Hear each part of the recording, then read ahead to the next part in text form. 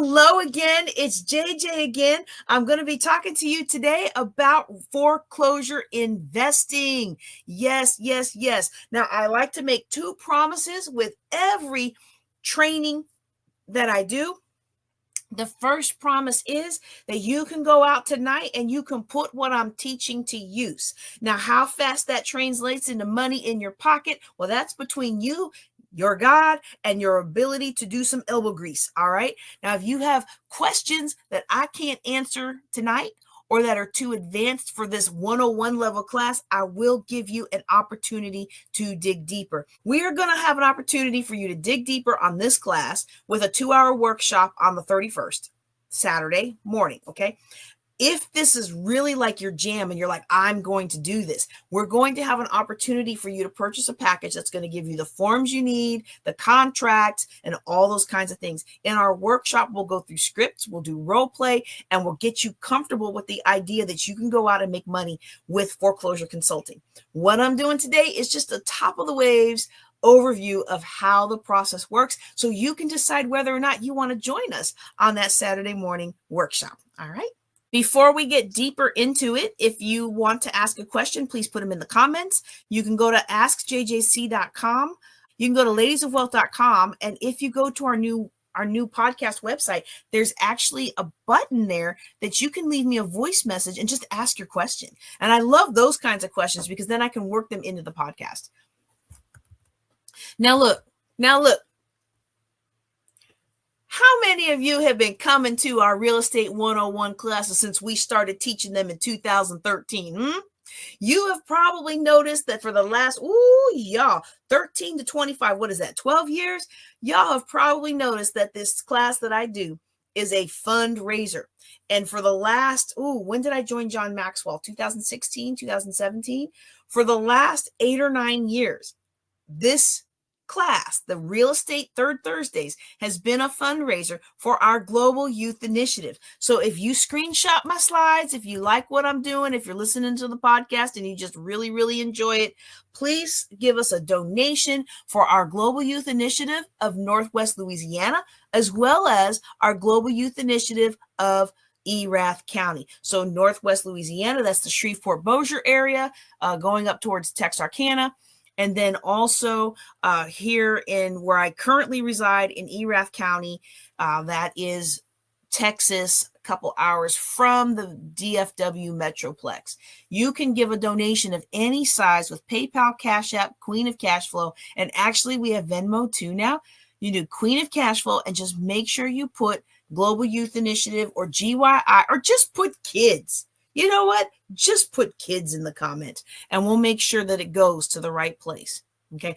I do want to say, if you are looking for a donation that's an actual tax deductible donation, get with me offline because we can accept that through our church, which is also a sponsor of Global Youth Initiative, Northwest Louisiana, and Global Youth Initiative of Erath County. Okay. So I should probably, did I say contributions on this?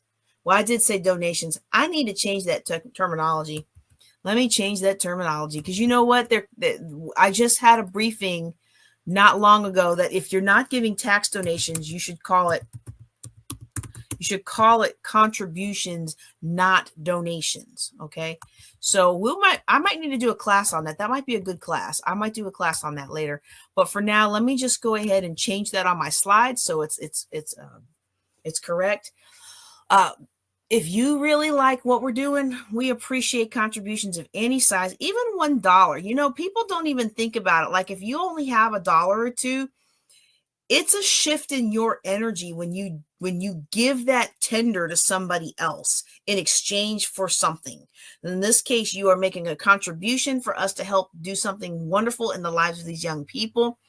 And it shifts your energy. So it's one thing for me to go to YouTube and take the free YouTube University class, right? It's another thing for me to pay somebody for the value that they are offering.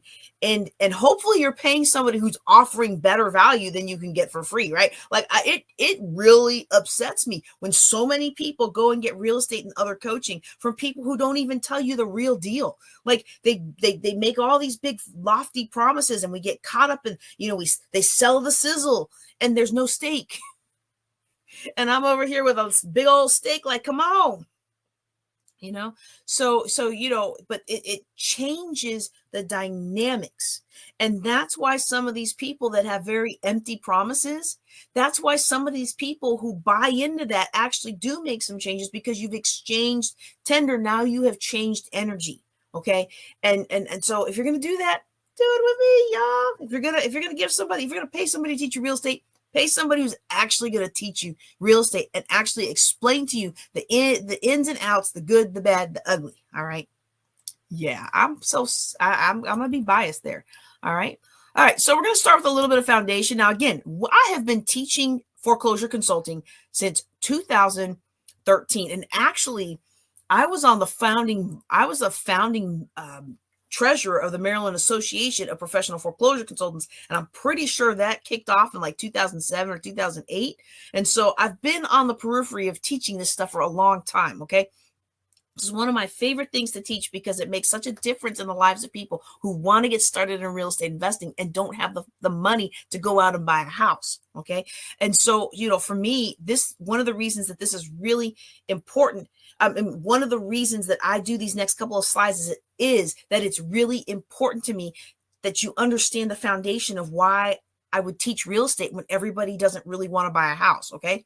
There's a ton of different ways to profit from real estate. Even if you don't buy it, you can profit from the property itself and get the money, the cash flow from it. There's all kinds of industries around real estate, if you have a great eye for design, clearly I don't. If you look behind me, I just like what I like, right? But if you have a really good eye for design, staging properties and things like that, oh my goodness, you can make a lot of money helping investors stage properties. Or maybe what I call ancillary services, okay, down here at the bottom, things like vending machines and ATMs. I'm always scoping out, like, where would I put an ATM? Where would I put a vending machine if this person would let me, or if that landlord would let me, I'm always scoping that out. And so there's lots of ways to make money with real estate and through real estate investing or helping real estate investors. And all of these ways combine together to create win-win-win solutions. One of the biggest and coolest things I like about real estate, and again, I know some of you have heard this slide for 12 years in a row, all right, but it bears repeating. While it's always important in a financial planner stance to have different investments. Like, I would never recommend that people put all their investment in one basket. Like, don't put all your investment in the stock market. Don't put all your investment in the real estate. Don't put all your money under the mattress. Okay. I'm not going to be mad at you if you have a little bit of mattress money. I'm not going to be mad at you if you're in the stock market. I'm not going to be mad at you if you're in real estate. I'm going to be happy if you're in a bunch of different things. Okay. Now, what you're investing in is going to be different based on your financial standing, your relationship with debt, and all those kinds of things. And that's a whole nother discussion for another day. But we want to diversify. The reason that I like real estate to add to someone's portfolio is that in my life, it is one of the fastest and best ways to maintain and build wealth. Okay. I have seen, you notice in my second bullet, I say that real estate is the only ethical and repeatable way that I've personally seen people build financial independence in as little as 3 years. Okay. And what I mean by repeatable is it works for everybody who does it. See, everything doesn't always work for everybody. And I know some of you out there are going to be like, yeah, but I tried to invest in real estate and I lost so much money. If you come to my classes, my real estate 101 classes often enough, you will understand the mistakes that you probably made, or the market just bit you. That downturn in 2008. Yeah, I got bit a little bit too, because I didn't realize what I didn't realize. I didn't know what I didn't know. I went with the flow, and the flow bit me in the behind. Okay. So, that happens sometimes, but you know what happens after that? Those of us who've been through that, we have developed scar tissue, and we can help others avoid it next time. Okay. And so what I mean by repeatable is if you follow the rules of real estate investing, you are going to make money. All right. Now let me show you ways that you can make money in real estate investing. There's many more. Okay. I have a book around here somewhere that's like 1,001 ways to make money with real estate investing. And basically it's like each of these with like 20 different variations or something like that, but these here are a bunch of ways that you can make money with real estate investing. And what I've done here is I've arranged them such that, oh, wait, if you're on the podcast, let me explain this. Okay. So if you're on the podcast, you're going to want to go to my YouTube channel, because in order for me to read the slide, it's going to take forever. But what I've got is 3 columns of ways to profit with real estate, whether you buy the house or not. Okay. And on my next slide, what I've done is I have shaded in blue the first 2 columns, which are ways that you can profit without buying the property. Now, you could conceivably profit without buying the property if you're dealing with land or flipping or landlording or leapfrogging. But, like in order to really flip the house, somebody's got to buy it, right? So whether that's you or somebody else, somebody's got to buy it, okay? Land, if you're making a land deal, well, I would put that under deal making rather than a land deal, unless you are doing something with the land, okay? Now, what I've done on the next slide, for those of you who are listening audio only later on, is I have highlighted in green the first column, which are ways that you can profit when you start off with nothing. Okay. So everybody wants to make it rich in real estate investing. Everybody wants to have 100 doors by next year. Everybody wants to have 1 million, 2 million, 5 million portfolio that they control. Now, honestly, I want to own. I don't want to control. And when I say own, I don't mean I want to own. I want my LLC to own. I want my trust to own. I don't even need my name to be anywhere on that property. Okay. But I need the property to not be somebody else's property, because it's going to take me 30 years to pay it off. Okay. Not my jam. Maybe yours, not my jam. Okay. Unless it's the property I'm living in. And even then, I really don't like that model, because it's too much risk of losing the property you have worked so hard on and poured so much into. Okay. But in this column of 20 plus ways to profit with real estate, even if you don't have money to start, are things like bird dogging, wholesaling, lease to own, deal making, foreclosure consulting, what we're going to talk about tonight, subject to acquisitions, virtual assistants, and ancillary services. Okay. And so we're going to talk today about subject to. And no matter what thing we're doing with real estate, now somebody ought to put this in the chat, because I know y'all already know what the number 1 rule of real estate investing is. But I may have some new people in here today. So let me go ahead and just remind everybody, just a quick little refresher. The number 1 rule of real estate investing is you make your money when you buy. That's right. You make your money when you buy. And one more time for the people in the back, you make your money when you buy.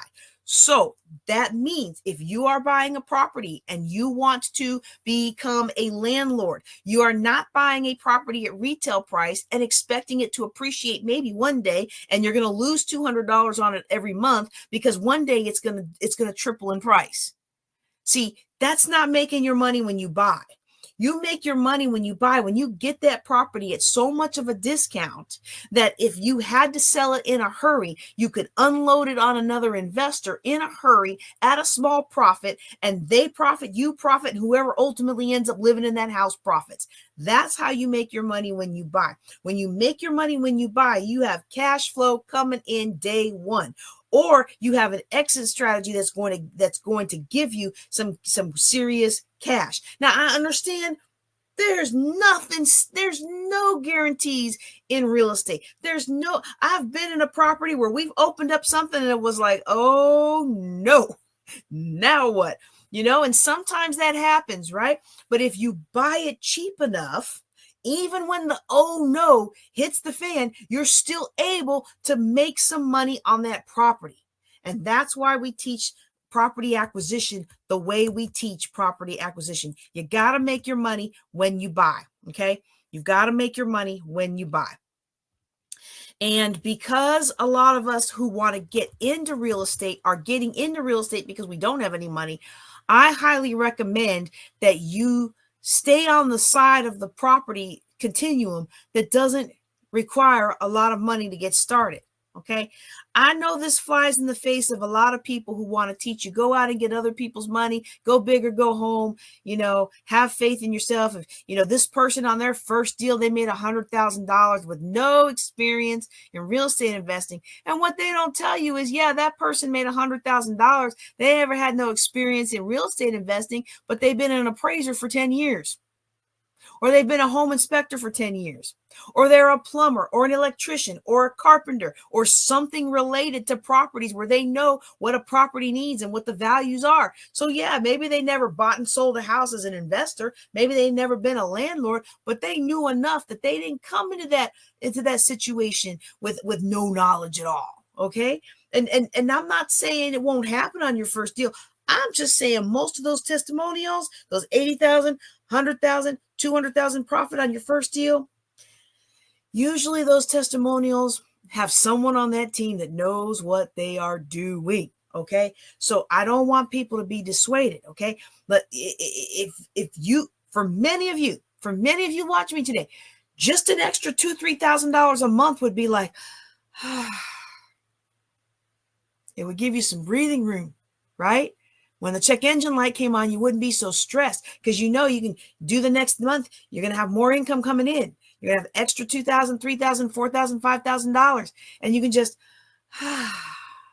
you see, most of us don't need to be a millionaire tomorrow. We just need some at the end of our month. And right now, with the way the economy is going, it's more important than ever to build breathing room into our financial lives. And that's what real estate investing, that's what foreclosure consulting can do for us. Getting started in real estate. And again, we are going to be talking about foreclosure consulting, but I want to kind of cover bird dogging and wholesaling because that's how a lot of people get started.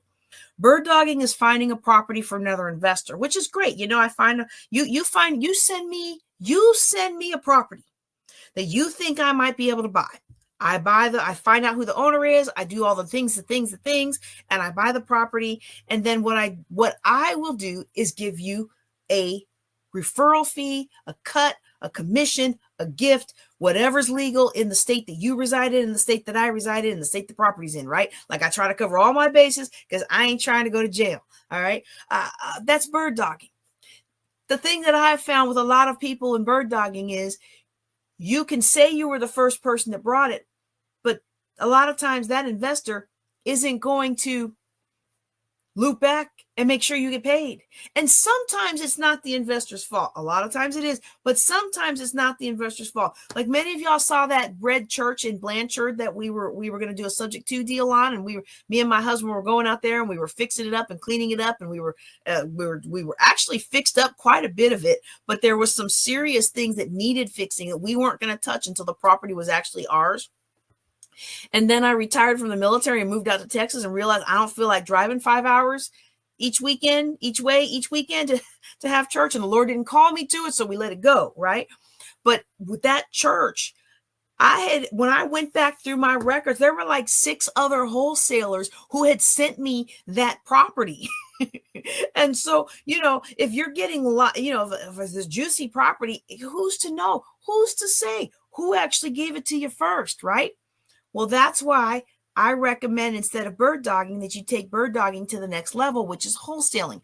Now you're finding properties for the investor to buy, but you're taking it a step further and you're locking down the deals with a sales contract. So instead of just saying, hey, JJ, this vacant property on such and such street might be something you could buy, what you're doing is, hey, JJ, there's this vacant property and I contacted the owner and they're willing to sell it to you for $100,000. It's worth $150,000, but it needs about 20 of work, and they're willing to sell it to you for $100,000 cash offer, quick close as is. Okay. That's the difference. The difference now is the wholesaler has controlled the deal by locking it under a contract. If I buy that contract and that wholesaler did their part to build their fee in, then I have to pay them. I can't skip out on paying them. Okay.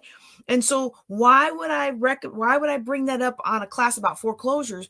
Because what I'm going to teach you about foreclosures really requires that you understand the wholesale process. So I want you to go out. If this is new to you, I want you to go out to my YouTube channel and look up Wholesaling 101. And I think we did it about 2 or 3 months ago. Wholesaling 101, you will be able to understand the wholesaling process, and it'll make more sense to you. Now, look, if you haven't watched it, don't turn off this dial. Don't flip, don't swipe. Stay listening, because it'll do a couple things for you. You're going to get a foundation about foreclosures. And then when you go watch the wholesaling video, that will make some more sense. And when you come back to the foreclosing workshop on the 31st, it's going to be locked in. You're going to be amazed at how profitable your behavior, your actions, your phone calls are going to be when you have got this whole thing reverberating in your head like that. It's going to be amazing. Oh my goodness. All right. I'm so excited for you. Ooh, you're going to make some money this year, y'all. Okay. So what foreclosure consulting is basically the same thing as wholesaling, but it's got an extra step of you helping people to try to keep their home.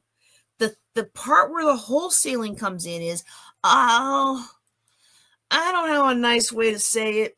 I'm trying to work on seasoning my words with salt, but there's just not a nice way to say it.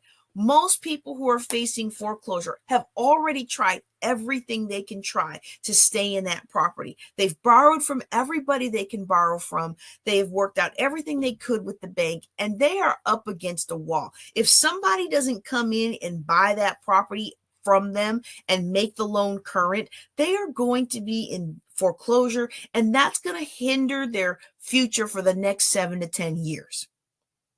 So what we as foreclosure consultants understand is that we want to help people stay in their home. But a lot of times they're not going to be able to stay in their home. And that's when we work with them to figure out how much can they realistically sell this property for, what work needs to be done, and can we find an investor that will come in and buy the property. Now, in some states, the person who's the foreclosure consultant turns around and buys the property. In many states, that's not legal. Okay, so you got to understand your jurisdiction. We'll talk a little bit more about that as the evening progresses, but just know that there are different ways to help the homeowner. We're going to talk about them just now, but ultimately, many people who are facing foreclosure are going to end up losing the house.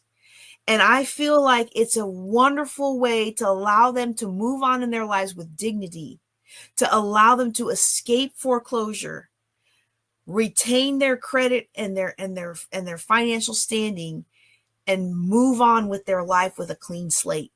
See, people think bankruptcy and foreclosure is a clean slate, and it's not. It feels like it in the moment. But if you've ever been broke like that, you know what I'm talking about. It's not a clean slate. It's a mistake that hangs over your head. And so many people get stuck in this cycle over and over and over and over again. And we have an opportunity to break this cycle. We have an opportunity to profit while helping someone else change their family's financial future. What a wonderful, wonderful way for us to change our family's financial future.